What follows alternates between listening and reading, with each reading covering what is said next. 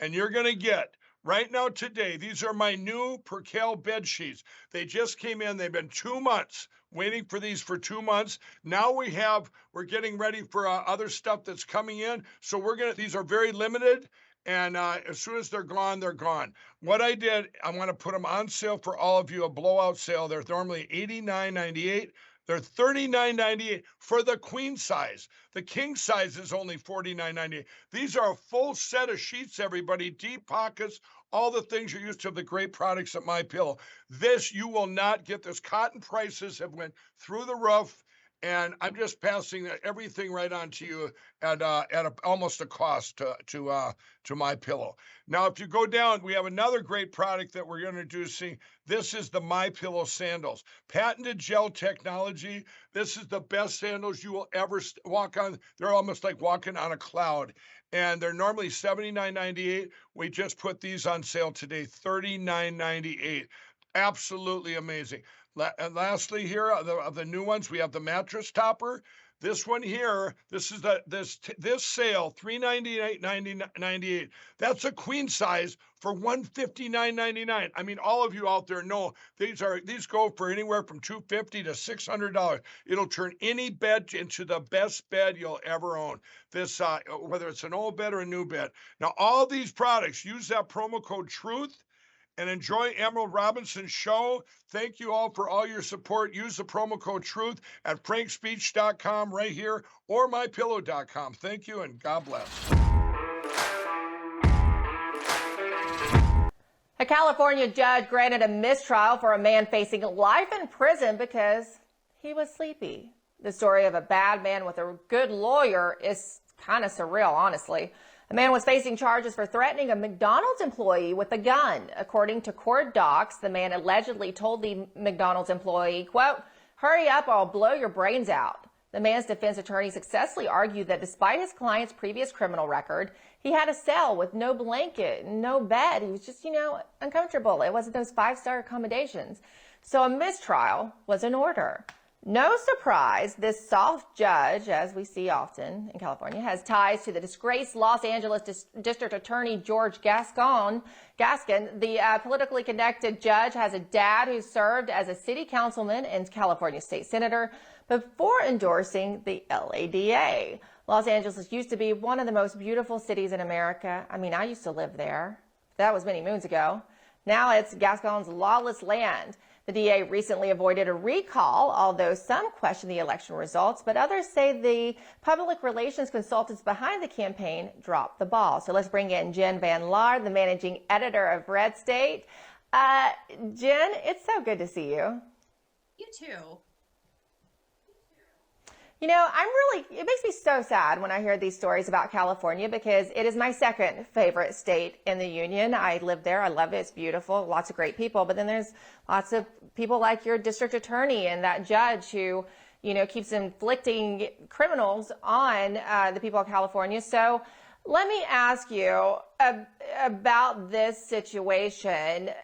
How do Californians feel, or do they even realize this is going on?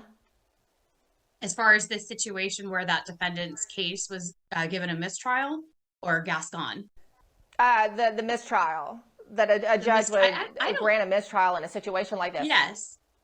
I didn't even hear about it until yesterday when your producer contacted me, and then I quickly got up to speed on it because LA just doesn't get that information out in a way that people can actually have the true information. The LA Times wrote some kind of bleeding heart story about it last week, just saying, this poor man didn't have a bed, and so the judge did the right thing. Well, then it turns out that his dad is actually a congressman right now, has been a big Gascon ally, and they are, his parents, the judge obviously is not being political about it publicly at least, but his parents are supporting the opponent to Sheriff Villanueva, who's trying to actually have some law and order within Los Angeles.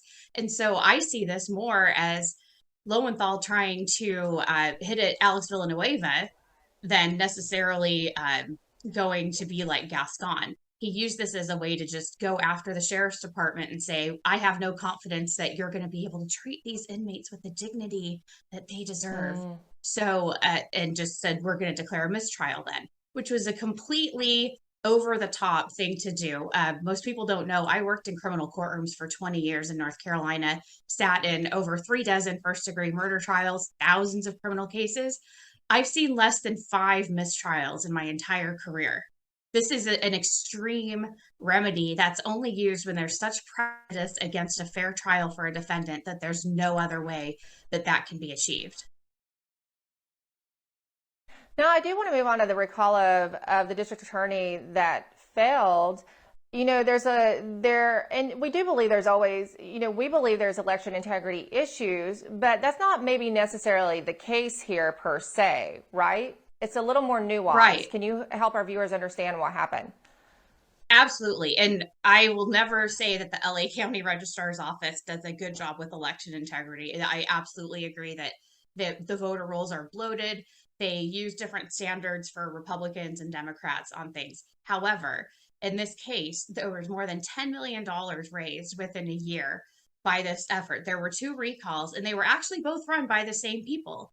They kicked one person out between the first and second recall, one person that was actually trying to have fiscal restraint and use the dollars toward the things that they were supposed to be used for.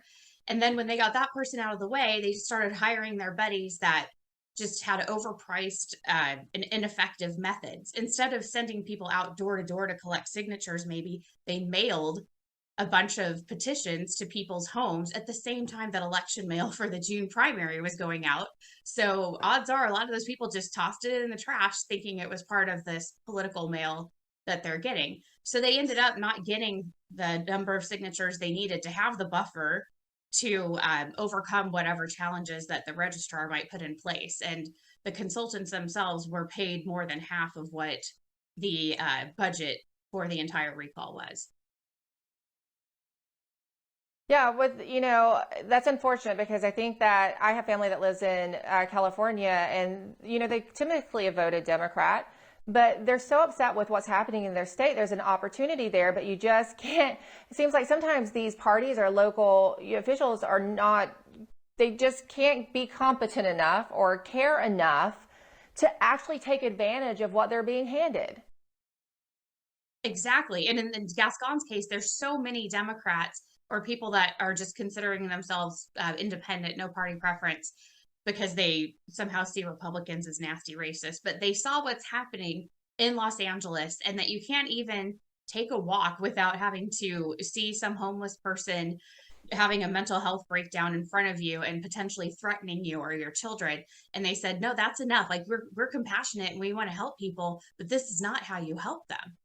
And this has been thwarted by people who just only saw the dollar signs. And really, Republican consultants in California have been paid to fail for 2 decades.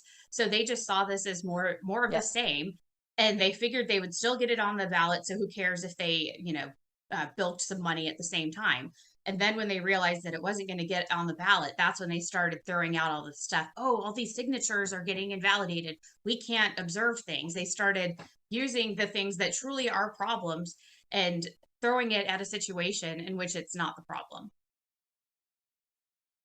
Paid to fail doesn't just happen in California. Thanks, Jen, for giving us the on-the-ground perspective of all that. And you can see Jen's reporting at redstate.com on everything from, yes, California issues, but also great reporting in the national security sector as well. Great go-to reporter. Thank you so much, Jen. Thank you. Remember yesterday when we told you about the new cardinal in San Diego and concerns about past abuse he might have covered up? We promised you an exclusive, and we have it today after the break. Hello, everyone. Isn't Emerald Robinson just the most awesome host? What a blessing she's been here at Lindell TV and Frank's Speech. And what a blessing you all have been. What I want to tell you about today is specials that are right here at the Frank store at Frank's Speech. Use that promo code TRUTH